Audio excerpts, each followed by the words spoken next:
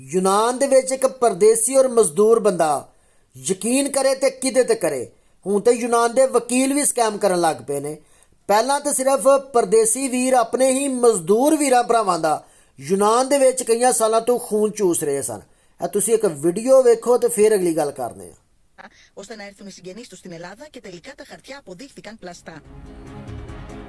3 μετανάστες από το Μπαγκλαντές που βρίσκονται χρόνια και εργάζονται νόμιμα στη χώρα μας θέλησαν να φέρουν τους συγγενείς τους ώστε να δουλέψουν και εκείνοι. Για κάθε άτομο ο δικηγόρος τους ζητούσε 1.000 ευρώ, με αποτέλεσμα να δίνουν τα χρήματα, αλλά όταν έστελναν τα χαρτιά στη χώρα τους αποδεικνύονταν πλαστά. Οι ίδιοι τώρα έχουν απευθυνθεί σε άλλο δικηγόρο ζητώντας να βρουν το δίκιο τους, αλλά και να πάρουν πίσω τα χρήματα που έχασαν. Πήγες εσύ στο δικηγόρο και του είπες να σου φτιάξει τα χαρτιά, να τον πληρώσεις.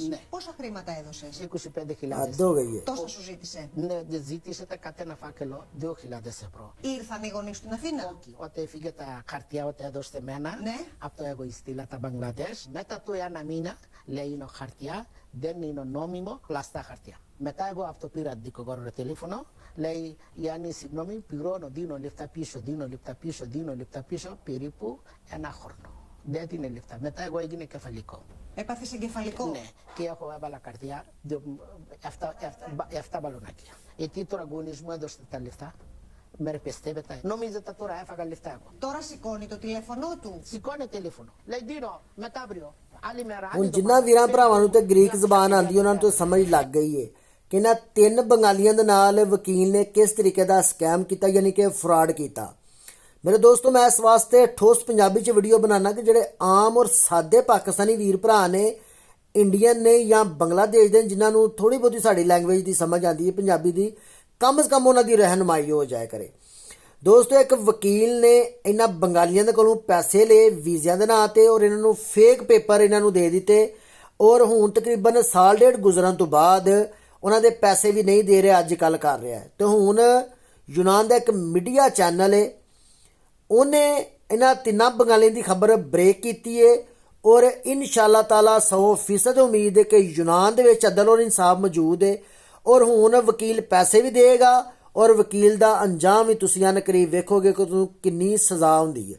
ਕਿਉਂਕਿ ਯੂਨਾਨ ਦੇ ਵਿੱਚ ਨਾ ਕਿ ਖਾਰਜੀ, ਬਲਕਿ ਅਗਰ ਇਹਨਾਂ ਦਾ ਆਪਣਾ ਵੀ ਕੋਈ ਬੰਦਾ ਹੈ ਨਾ, ਯੂਨਾਨੀ ਵੀ ਹੈ, ਅਗਰ ਉਹ ਵੀ ਕਿਸੇ ਨਾਲ ਜ਼ੁਲਮ ਔਰ ਜ਼ਿਆਦਤੀ ਕਰਦਾ ਨਾ ਤਾਂ ਉਹਨੂੰ ਵੀ ਮਾਫੀ ਨਹੀਂ ਮਿਲਦੀ ਅਦਾਲਤਾਂ ਦੇ ਵਿੱਚੋਂ। ਅਤੇ ਦੋਸਤੋ, ਤੁਸੀਂ ਅੰਦਾਜ਼ਾ ਲਾ ਲਵੋ ਹੁਣ ਉਹ ਸਾਡੇ ਵੀਰ ਭਰਾ ਕਿ ਜਿਨ੍ਹਾਂ ਨੇ ਪੇਪਰਾਂ ਦੇ ਨਾਂ 'ਤੇ, ਅਦਾਲਤਾਂ ਦੇ ਨਾਂ 'ਤੇ ਵੀਵੀਓਸੀਆਂ ਲੈਣ ਵਾਸਤੇ, ਵੀਵੀਓਸੀਆਂ ਬੰਦ ਕਰਵਾਉਣ ਵਾਸਤੇ, ਵੀਵੀਓਸੀਆਂ ਬੈਨ ਹਟਾਉਣ ਵਾਸਤੇ ਔਰ ਪੇਪਰ 3 ਸਾਲ ਇਮੀਗ੍ਰੇਸ਼ਨ ਲੈਣ ਵਾਸਤੇ ਜਿੰਨਾ ਹਜ਼ਾਰਾਂ ਯੂਰੋ ਦਿੱਤੇ ਨੇ, ਉਹਨਾਂ ਬੰਦਿਆਂ ਨੂੰ ਜਿਹੜੇ ਕਈਆਂ ਸਾਲਾਂ ਤੋਂ ਇੱਥੇ ਕਾਨੂੰਨਦਾਨ ਨੇ, ਜਾਂ ਉਹ ਬੰਦੇ ਜਿਹੜੇ ਵਕਲਾ ਦੇ ਨਾਲ ਬਹਿ ਕੇ ਤੇ ਆਪਣੇ ਹੀ ਲੋਕਾਂ ਨੂੰ ਲੁੱਟ ਰਹੇ ਨੇ, ਚਾਹੇ ਉਹ ਕਿਸੇ ਵੀ ਕਮਿਊਨਿਟੀ ਤੋਂ ਬਿਲੋਂਗ ਕਰਦੇ ਨੇ, ਲੇਕਿਨ ਸਰੇ ਫਰਿਸ਼ਤ ਪਾਕਿਸਤਾਨੀ ਕਮਿਊਨਿਟੀ ਹਰ ਜਗ੍ਹਾ 'ਤੇ ਵੇ ਯੂਨਾਨ ਦੇ ਵਿੱਚ।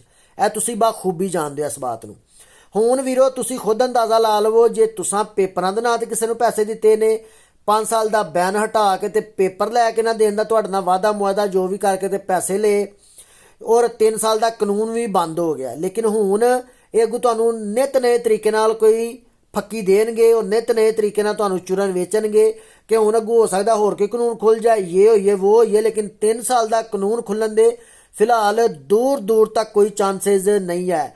ਕਿਉਂਕਿ ਕਾਨੂੰਨ ਬੰਦ ਹੋਣ ਤੋਂ ਬਾਅਦ 3 ਸਾਲ ਦਾ ਮੌਜੂਦਾ ਹਕੂਮਤ ਯੂਨਾਨ ਨੇ ਡਿਪੋਰਟੇਸ਼ਨ 'ਤੇ ਬਹੁਤ ਜ਼ਿਆਦਾ ਜ਼ੋਰ ਦੇ ਦਿੱਤਾ ਹੈ ਔਰ ਮੌਜੂਦਾ ਹਕੂਮਤ ਯੂਨਾਨ ਨੂੰ, ਹੱਤਾਂ ਕਿ ਯੂਨਾਨ ਦੇ ਜਿਹੜੇ ਸਿਵਲ ਸਿਟੀਜ਼ਨ ਲੋਕ ਨੇ, ਉਹਨਾਂ ਨੂੰ ਵੀ ਮਜ਼ਦੂਰ ਤਬਕੇ ਨਾਲ ਕੋਈ ਦਿੱਕਤ ਨਹੀਂ ਹੈ ਔਰ ਉਹ ਚਾਹੁੰਦੇ ਨੇ ਕਿ ਮਜ਼ਦੂਰ ਇੱਥੇ ਰਹੇ। ਲੇਕਿਨ ਕਿਹੜਾ ਮਜ਼ਦੂਰ ਚਾਹੁੰਦੇ ਨੇ? ਉਹ ਜਿਹੜਾ ਵਾਕਈ ਹੀ ਤਨ ਰਿਜ਼ਕੇ ਹਲਾਲ ਕਮਾ ਰਿਹਾ, ਜਿਹੜਾ ਕੰਮ ਤੋਂ ਕਾਰ ਔਰ ਕਿਸੇ ਵੀ ਗਲਤ ਐਕਟੀਵਿਟੀ ਦਾ ਹਿੱਸਾ ਨਹੀਂ ਹੈ। ਐਕਚੁਅਲੀ ਮੌਜੂਦਾ ਹਕੂਮਤ ਯੂਨਾਨ ਵੱਲ ਸਿਵਲ ਸਿਟੀਜ਼ਨ ਲੋਕਾਂ ਨੂੰ ਦਿੱਕਤ ਉਹਨਾਂ ਲੋਕਾਂ ਨਾਲ ਹੈ, ਪ੍ਰੋਬਲਮ ਉਹਨਾਂ ਲੋਕਾਂ ਨਾਲ ਹੈ ਜਿਹੜੇ ਮਜ਼ਦੂਰ ਦਾ ਹੱਕ ਖਾਂਦੇ ਨੇ, ਲੋਕਾਂ ਨਾਲ ਜ਼ੁਲਮ ਜ਼ਿਆਦਤੀ ਕਰਦੇ ਨੇ, ਕ੍ਰਿਮੀਨਲ ਰਿਕਾਰਡ ਦਾ ਹਿੱਸਾ ਨੇ ਔਰ ਯੂਨਾਨ ਦੇ ਅੰਦਰ ਸਫੈਦ ਪੋਸ਼ ਨੇ ਜਿਨ੍ਹਾਂ ਦਾ ਸੋਰਸ ਆਫ ਇਨਕਮ ਕੋਈ ਨਹੀਂ ਹੈ, ਯਾਨੀ ਕਿ ਉਹਨਾਂ ਦਾ ਰੋਜ਼ਗਾਰ ਦਾ ਜ਼ਰੀਆ ਕੋਈ ਨਹੀਂ ਹੈ। ਸਿਰਫ ਉਹਨਾਂ ਦਾ ਰੋਜ਼ਗਾਰ ਦਾ ਜ਼ਰੀਆ ਇਹ ਹੀ ਹੈ ਕਿ ਪੇਪਰਾਂ ਦੇ ਨਾਂ 'ਤੇ ਲੋਕਾਂ ਨੂੰ ਲੁੱਟਣਾ, ਲੋਕਾਂ ਨੂੰ ਨਿੱਤ ਨਵੇਂ ਤਰੀਕੇ ਨਾਲ ਕਾਨੂੰਨ ਦੱਸਣਾ, ਨਿੱਤ ਨਵੇਂ ਤਰੀਕੇ ਨਾਲ ਵਰਗਲਾ ਕੇ ਤੇ ਉਹਨਾਂ ਕੋਲੋਂ ਫਾਇਦਾ ਲੈਣਾ। ਔਰ ਤੁਸੀਂ ਜਾਣਦੇ ਹੋ, ਇੱਕ ਦਫਾ ਨਹੀਂ ਮੈਂ 1000 ਦਫਾ ਵੀਡੀਓ ਦੇ ਵਿੱਚ ਇਹ ਬਾਤ ਮੈਂਸ਼ਨ ਕਰ ਚੁੱਕਿਆ ਵਾਂ ਕਿ ਅਗਰ ਤੁਹਾਡੇ ਨਾਲ ਕੋਈ ਵੀ ਬੰਦਾ ਪੈਸਿਆਂ ਦੀ ਕਮਿਟਮੈਂਟ ਕਰਦਾ ਹੈ ਕਿਸੇ ਵੀ ਕੰਮ ਵਾਸਤੇ, ਤੁਹਾਡਾ ਅਗਰ ਕੰਮ ਹੋ ਜਾਂਦਾ ਹੈ ਤਾਂ ਉਹ ਬੰਦਾ ਉਸ ਦਾ ਪੈਸਿਆਂ ਦਾ ਹੱਕਦਾਰ ਹੈ ਔਰ ਉਹ ਰਿਜ਼ਕੇ ਹਲਾਲ ਕਮਾ ਰਿਹਾ ਹੈ। ਅਗਰ ਇੱਕ ਬੰਦਾ ਕਮਿਟਮੈਂਟ ਵੀ ਕਰਦਾ, ਤੁਹਾਡਾ ਕੰਮ ਵੀ ਨਹੀਂ ਕਰਦਾ, ਉਹ ਗੁਰੂ ਬਦਮਾਸ਼ੀਆਂ ਕਰਦਾ, ਤੁਹਾਨੂੰ ਸਾਲ 2-2 ਸਾਲ 4-4 ਸਾਲ ਜ਼ਲੀਲ ਕਰਦਾ, ਬਾਅਦ ਚੱਕ ਕੇ ਤੁਸੀਂ ਅੱਗੇ ਚਲੇ ਜਾਂਦੇ ਹੋ ਜਾਂ ਛੱਡ ਦਿੰਦੇ ਹੋ ਉਹਨੂੰ, ਤੇ ਉਹ ਬੰਦਾ ਫਰਾਡੀਆ ਹੈ, ਨੌਸਰਬਾਜ਼ ਹੈ ਔਰ 420 ਕਰ ਰਿਹਾ ਹੈ ਔਰ ਸਕੈਮਰ ਹੈ। ਜਿਸ ਤਰ੍ਹਾਂ ਵਕੀਲ ਨੇ ਤੁਹਾਡੇ ਨਾਲ ਸਕੈਮ ਕੀਤਾ।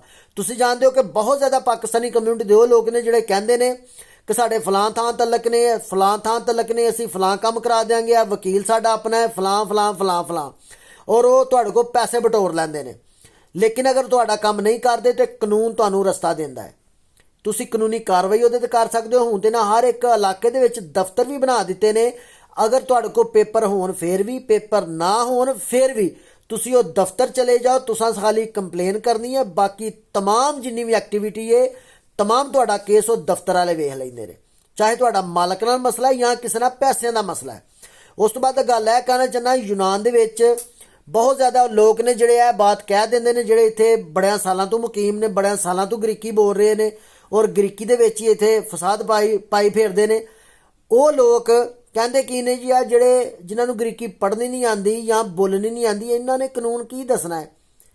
ਇੱਕ ਪਰਦੇਸੀ ਬੰਦਾ ਚਾਹੇ ਉਹ ਕਿਸੇ ਵੀ ਕੰਟਰੀ 'ਚ ਮੁਕੀਮ ਹੈ ਨਾ, ਉਹਦੇ ਵਾਸਤੇ ਸਭ ਤੋਂ ਵੱਡੀ ਬਾਤ ਇਹ ਹੁੰਦੀ ਹੈ ਕਿ ਉਹਦਾ ਹਮ ਜ਼ਬਾਨ ਬੰਦਾ ਹੀ ਕਿਸੇ ਨਾ ਕਿਸੇ ਤਰੀਕੇ ਨਾਲ ਉਹਨਾਂ ਦੀ ਰਹਿਨੁਮਾਈ ਕਰਦਾ ਰਹੇ। ਲੇਕਿਨ ਯੂਨਾਨ ਦੇ ਵਿੱਚ ਅਲਹਮਦੁਲਿਲਾ ਬਹੁਤ ਸਾਰੇ ਉਹ ਵੀਰ ਭਰਾ ਜਿਹੜੇ ਕਿ ਸੋਸ਼ਲ ਮੀਡੀਆ ਦਾ ਹਿੱਸਾ ਨੇ, ਚਾਹੇ ਉਹ ਕਿਸੇ ਵੀ ਚੈਨਲ ਨਾਲ ਅਟੈਚ ਨੇ, ਜਿਨ੍ਹਾਂ ਨੇ ਮੈਕ ਸ਼ੈਕ ਵੀ ਬਣਵਾਏ ਨੇ, ਕਿਸੇ ਨਾ ਕਿਸੇ ਤਰੀਕੇ ਨਾਲ ਤੇ ਤੁਹਾਡੀ ਜ਼ਬਾਨ ਦੇ ਵਿੱਚ ਰਹਿਨੁਮਾਈ ਕਰਦੇ ਨੇ। ਗ੍ਰੀਕ ਚਲੋ ਉਹਨਾਂ ਨੂੰ ਆਪਣੇ ਜੋਗੀ ਆਉਂਦੀ ਹੈ ਜਾਂ ਪੜ੍ਹਨੀ ਨਹੀਂ ਆਉਂਦੀ, ਲੇਕਿਨ ਮੇਰੇ ਦੋਸਤ ਇੱਕ ਮਜ਼ਦੂਰ ਬੰਦੇ ਵਾਸਤੇ ਸਭ ਤੋਂ ਜ਼ਰੂਰੀ ਬਾਤ ਇਹ ਹੀ ਹੁੰਦੀ ਹੈ ਕਿ ਕੋਈ ਵੀ ਖਬਰ ਉਹਦੇ ਤੱਕ ਪਹੁੰਚ ਜਾਏ। ਹੱਤਾ ਕਿ ਜਿਹੜੇ ਆ ਕਹਿੰਦੇ ਨੇ ਨਾ ਗ੍ਰੀਕ ਸਿੱਖੋ ਤੇ ਇਹ ਤੇ ਉਹ, ਅਗਰ ਇੱਕ ਮਜ਼ਦੂਰ ਬੰਦਾ ਗ੍ਰੀਕ ਨਹੀਂ ਸਿੱਖਦਾ, ਇਹਦਾ ਮਤਲਬ ਹੈ ਕਿ ਉਹਨੂੰ ਫਿਰ ਲੁੱਟਿਆ ਜਾਏ। ਇਹ ਜਿਹੜੇ ਕਈਆਂ ਸਾਲਾਂ ਤੋਂ ਗ੍ਰੀਕ ਸਿੱਖ ਨਾਲ ਵੋਕਲਾਂ ਨੂੰ ਬਹਾ ਕੇ ਤੇ ਆਵਾਮ ਨੂੰ ਲੁੱਟ ਰਹੇ ਨੇ ਨਾ, ਇਹ ਗ੍ਰੀਕ ਤਦ ਸਿੱਖਦੇ ਨੇ ਕਿ ਤੁਹਾਨੂੰ ਲੁੱਟ ਸਕਣ। ਅਗਰ ਇੱਕ ਬੰਦਾ ਗ੍ਰੀਕ ਸਿਰਫ ਇੰਨੀ ਕੁ ਬੋਲ ਲੈਂਦਾ ਹੈ ਕਿ ਉਹਦੀ ਆਪਣੀ ਜ਼ਾਤ ਤੱਕ ਜਾਂ ਕੰਮ ਦੀ ਹੱਦ ਤੱਕ ਇੱਕ ਮਜ਼ਦੂਰ ਬੰਦਾ, ਤਾਂ ਉਹਦੇ ਵਾਸਤੇ ਉਹੀ ਸਵਾ ਲੱਖ ਹੈ। ਔਰ ਤੁਸਾਂ ਗ੍ਰੀਕ ਅਗਰ ਸਿੱਖ ਕੇ ਲੋਕਾਂ ਨੂੰ ਲੁੱਟਣਾ ਹੈ, ਗ੍ਰੀਕ ਸਿੱਖ ਕੇ ਤੇ ਲੋਕਾਂ ਕੋਲ ਚੰਦੇ ਮੰਗਣੇ ਨੇ, ਗ੍ਰੀਕ ਸਿੱਖ ਕੇ ਤੇ ਫਤਰਾਨਾ ਤੇ ਜ਼ਕਾਤ ਇਕੱਠੀ ਕਰਨੀ ਹੈ, ਗ੍ਰੀਕ ਸਿੱਖ ਕੇ ਤੇ ਜਲਸੇ ਜਲੂਸਾਂ ਦੇ ਨਾਂ ਤੇ ਆਵਾਮ ਨੂੰ ਵਰਗ ਲਾ ਕੇ ਤਗਾਂ ਧਕੇਲਣਾ ਹੈ, ਜਾਂ ਫਿਰ ਗ੍ਰੀਕ ਸਿੱਖ ਕੇ ਤੇ ਜਿੰਨੀ ਬਿਜ਼ਨਸਮੈਨ ਕਮਿਊਨਿਟੀ ਹੈ ਉਹਦਾ ਗਲਤ ਇਸਤੇਮਾਲ ਕਰਨਾ ਹੈ, ਜਾਂ ਫਿਰ ਗ੍ਰੀਕ ਸਿੱਖ ਕੇ ਤੇ ਜਿਨ੍ਹਾਂ ਲੋਕਾਂ ਦੀ ਕੋਈ ਹੱਡੀ ਵੀ ਟੁੱਟ ਜਾਣੀ ਉਹਦੇ ਨਾਂ ਤੇ ਵੀ ਪੈਸੇ ਇਕੱਠੇ ਕਰ ਲੈਣੇ ਨੇ, ਤੇ ਫਿਰ ਤੇ ਗ੍ਰੀਕ ਸਿੱਖਣੀ ਚਾਹੀਦੀ ਹੈ। ਤੇ ਜੇ ਤੇ ਮੇਰੇ ਦੋਸਤੋ ਖਾਲੀ ਕਰਨੀ ਹੈ ਮਜ਼ਦੂਰੀ, ਤੇ ਫਿਰ ਆਪਣੀ ਜ਼ਾਤ ਤੱਕ ਜਿੰਨੀ ਕਾਂਦੀ ਹੋਏ ਨਾ ਬੰਦਿਆਂ ਨੂੰ, ਉਨੀ ਕੁ ਸਵਾ ਲੱਖ ਜੇ ਉਹ ਬਸ ਉਹ ਹੀ ਬੜੀ ਜੇ। ਕਿਉਂਕਿ ਯੂਨਾਨ ਦੇ ਅੰਦਰ ਪਾਕਿਸਤਾਨੀ ਕਮਿਊਨਿਟੀ ਦੀ ਮੈਂ ਬਾਤ ਕਰਾਂ ਨਾ ਤੇ ਸਰੇ ਫਰਿਸ਼ਤਾ ਸੀ ਹਰ ਕੰਮ ਦੇ ਵਿੱਚ, ਔਰ ਯੂਨਾਨ ਦੇ ਲੋਕਾਂ ਦੀਆਂ ਨਜ਼ਰਾਂ 'ਚ ਅਸੀਂ ਐਸੇ ਵਜ੍ਹਾ ਤੋਂ ਹਾਂ। ਮੇਰੇ ਦੋਸਤੋ, ਯੂਨਾਨ ਦੇ ਵਿੱਚ ਸਭ ਤੋਂ ਜ਼ਿਆਦਾ ਟਾਪ 10 ਬਿਜ਼ਨਸਮੈਨ ਵੀ ਅਲਹਮਦੁਲਿਲਾ ਪਾਕਿਸਤਾਨੀ ਨੇ, ਲੇਕਿਨ ਪਾਕਿਸਤਾਨੀ ਕਮਿਊਨਿਟੀ ਦੇ ਵਿੱਚ ਉਹਨਾਂ ਬਿਜ਼ਨਸਮੈਨਾਂ ਨੂੰ ਯੂਜ਼ ਕਰਨਾ ਚਾਹੀਦਾ ਹੀ, ਇਸਤੇਮਾਲ ਕਰਨਾ ਚਾਹੀਦਾ ਹੀ ਪਾਕਿਸਤਾਨੀ ਕਮਿਊਨਿਟੀ ਦੀ ਰੀੜ੍ਹ ਦੀ ਹੱਡੀ ਦੀ ਜਗ੍ਹਾ। ਰੀੜ੍ਹ ਦੀ ਹੱਡੀ ਦੀ ਜਗ੍ਹਾ ਤਦ ਕਹਿ ਰਿਹਾ ਕਿ ਉਹਨਾਂ ਬਿਜ਼ਨਸਮੈਨਾਂ ਕੋਲੋਂ ਅਗਰ ਪੈਸਾ ਇਕੱਠਾ ਕੀਤਾ ਜਾਂਦਾ ਨਾ, ਜਾਂ ਪੈਸੇ ਮੰਗੇ ਜਾਂਦੇ ਤੇ ਇਸ ਲੈਵਲ ਤੇ ਮੰਗੇ ਜਾਂਦੇ ਕਿ ਇੱਕ ਪਾਕਿਸਤਾਨੀ ਉਹਦੀ ਡੈੱਡ ਬਾਡੀ ਵਾਸਤੇ, ਜਾਂ ਪਾਕਿਸਤਾਨੀ ਕੋਈ ਹਸਪੀਟਲ ਜਾਵੇ, ਜਾਂ ਉਹ ਪਾਕਿਸਤਾਨੀ ਜਿਹੜੇ ਕੈਂਪਾਂ ਦੇ ਅੰਦਰ ਨੇ ਸਿਰਫ ਪੇਪਰਾਂ ਵਾਲੇ ਬੰਦੇ, ਜਾਂ ਉਹ ਪਾਕਿਸਤਾਨੀ ਜਿਹੜੇ ਇੱਥੇ ਰੋਡਾਂ ਤੇ ਸੌਂਦੇ ਨੇ, ਜਾਂ ਉਹ ਪਾਕਿਸਤਾਨੀ ਜਿਹੜੇ ਨਸ਼ੇ ਦੀ ਲੱਤ 'ਚ ਲੱਗ ਚੁੱਕੇ ਨੇ, ਜਾਂ ਉਹ ਪਾਕਿਸਤਾਨੀ ਜਿਹੜੇ ਜਜ਼ੀਰਿਆਂ 'ਚੋਂ ਐਥਨ ਆਉਂਦੇ ਨੇ ਔਰ ਉਹਨਾਂ ਕੋਲ ਰਹਿਣ ਵਾਸਤੇ ਜਗ੍ਹਾ ਨਹੀਂ ਹੁੰਦੀ, ਖਾਣ ਵਾਸਤੇ ਰੋਟੀ ਨਹੀਂ ਹੁੰਦੀ, ਉਹਨਾਂ ਵਾਸਤੇ ਉਹ ਪੈਸਾ ਇਸਤੇਮਾਲ ਕੀਤਾ ਜਾਂਦਾ। ਨਾ ਕਿ ਸਿਰਫ ਬਿਜ਼ਨਸਮੈਨਾਂ ਕੋਲੋਂ ਪੈਸਾ ਲੈ ਕੇ ਚੰਦਾ ਇਕੱਠਾ ਕਰਕੇ ਤੇ ਨਿਤ ਨਏ ਤਰੀਕੇ ਨਾਲ ਕੋਈ ਪ੍ਰੋਗਰਾਮ ਕਰਾਏ ਜਾਂਦੇ ਤਾਂ ਕਿ ਆਪਣੀ ਬੱਲੇ ਬੱਲੇ ਵਾਸਤੇ, ਇਸ ਵਾਸਤੇ ਸਿਰਫ ਕਰਾਏ ਜਾਂਦੇ। ਹਰਗਿਜ਼ ਇਸ ਤਰ੍ਹਾਂ ਨਹੀਂ ਹੈ।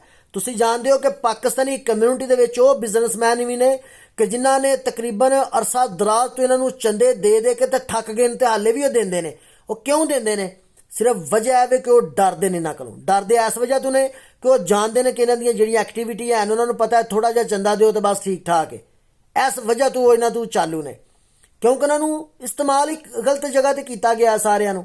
ਔਰ ਪਾਕਿਸਤਾਨੀ ਕਮਿਊਨਿਟੀ ਦੇ ਹਵਾਲੇ ਨਾਲ ਯੂਨਾਨ ਦੀ ਨੈਸ਼ਨਲ ਅਸੈਂਬਲੀ 'ਚ ਵੀ 2-4 ਦਿਨ ਪਹਿਲਾਂ ਇਜਲਾਸ ਹੋਇਆ ਹੈ, ਜਿਹਦੇ ਵਿੱਚ ਵੀ ਉਹਨਾਂ ਅਫਗਾਨੀ, ਬੰਗਾਲੀ ਔਰ ਪਾਕਿਸਤਾਨੀ ਕਮਿਊਨਿਟੀ ਸਿਰ ਮੈਂਸ਼ਨ ਕੀਤੀ ਹੈ। ਹਾਲਾਂਕਿ ਮੌਜੂਦਾ ਹਕੂਮਤ ਨੇ ਤਮਾਮ ਕਮਿਊਨਿਟੀ ਦੇ ਲੋਕ ਜਿਨ੍ਹਾਂ ਦੀ ਅਸਾਈਲਮ ਕੈਂਸਲ ਹੋ ਜਾਣੀ ਹੈ, ਉਹਨਾਂ ਨੂੰ ਡਿਪੋਰਟ ਹੀ ਉਹਨਾਂ ਦੇ ਮੁਲਕ ਕਰਨ ਦਾ ਫੈਸਲਾ ਕੀਤਾ ਹੈ।